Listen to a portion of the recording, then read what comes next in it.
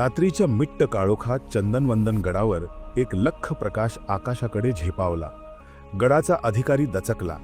हा नक्कीच काहीतरी चमत्कार असावा. तो धावत खाली आला.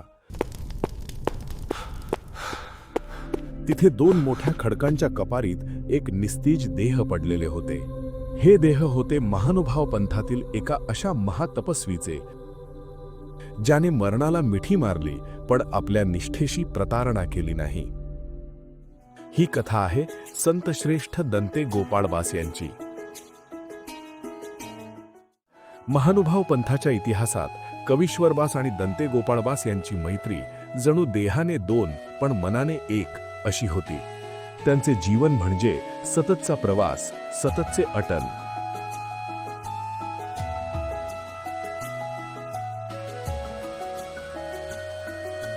एकदा या दोघांनी अटण करत असताना फाकणी केली.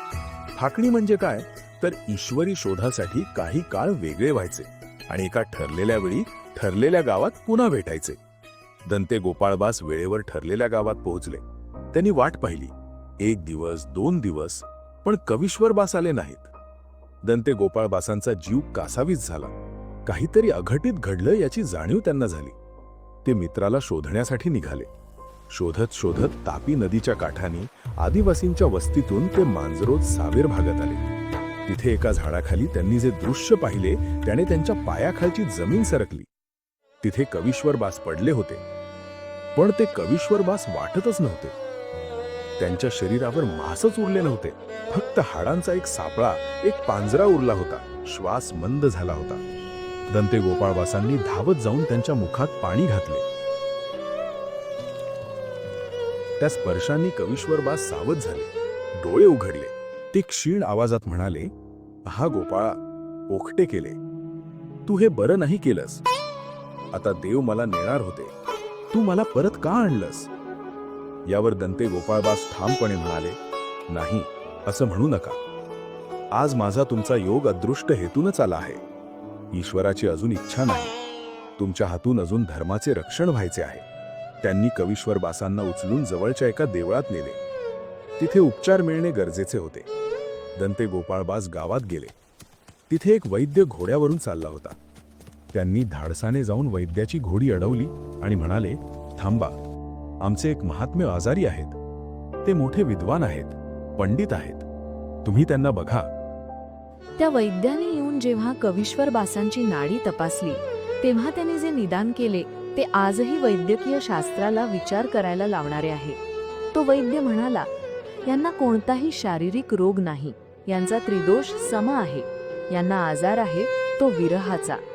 ईश्वराच्या भेटीची तळमळ यांना आतून जाळती आहे.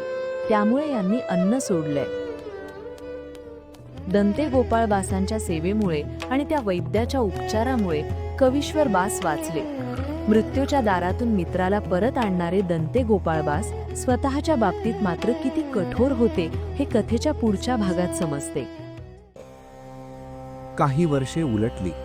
काळ फिरला आणि महाराष्ट्रावर भीषण दुष्काळाचे सावट आले. ही मंडळी पुरंदरगडाच्या परिसरात होती. अन्नाचा कळ मिळत नव्हता. इथे दंते गोपाळबासांनी पुन्हा कविश्वरबासांकडे फाकणी करण्याची म्हणजे वेगळे होऊन तप करण्याची आज्ञा मागितली. कविश्वरबास जाणत होते की परिस्थिती कठीण आहे. ते म्हणाले, "गोपाळा, सध्या सहाय्य दिसत नाही की सध्या भिक्षा मिळणे कठीण आहे. लोक स्वतः उपाशी आहेत तर साधूंना काय वाढणार?" पण दंते गोपाळबासांना आता एकांत हवा होता. ईश्वरी ओढ त्यांना स्वस्थ बसू देत नव्हती. ते एकटेच निघाले आणि चंदनवंदन गडावर आले. तिथे गडाच्या राजाने, देशाधिकाऱ्याने अन्नछत्र उघडले होते. दंते गोपाळबास तिथे भिक्षेसाठी जायचे. पण ते अन्नछत्राच्या पंगतीत बसून जेवायचे नाहीत. अधिकारी त्यांना विनंती करायचे, "महाराज, इथेच पंगतीत बसून जेवा." पण दंते गोपाळबास म्हणायचे, "नाही, आम्ही महानुभाव आहोत. आम्ही भिक्षा मागतो. तुम्ही वाढले तर झोळीत वाढा. आम्ही गंगेवर जाऊन देवाचे स्मरण करून मगच खाऊ."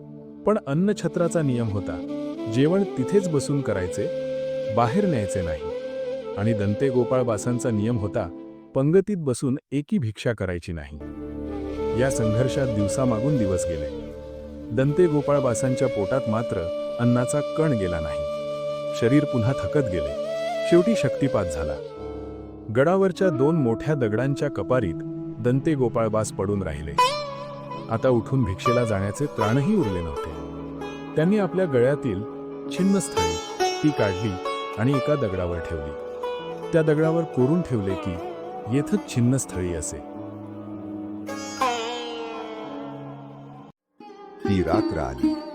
जेव्हा त्यांचे प्राण देहातून गेले तेव्हा तोच प्रकाश राजाने पाहिला जो आपण सुरुवातीला पाहिला. राजा धावत आला. त्याने पाहिले की एक तेजस्वी साधू निर्जीव पडला आहे.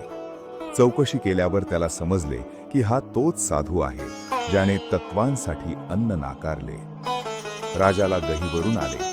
तो म्हणाला, अरे रे, ज्या साधूंसाठी मी हे अन्नछत्र उघडले तेच उपाशी गेले तर काय उपयोग या अन्नाचा. राजाने थोर पश्चात्ताप केला. काही वर्षांनी जेव्हा कवीश्वरबास फिरत फिरत तिथे आले त्यांना ती छिन्नस्थळी सापडली. दगडावरची ती खूण पाहून त्या 2 जीवलगांची गुरुबंधूंची पुन्हा एकदा स्मृतीभेट झाली.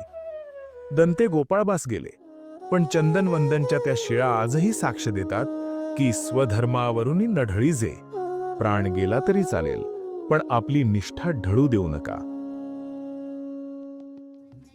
भिक्षा न मिळता मग देह पाडी सुखबोनी.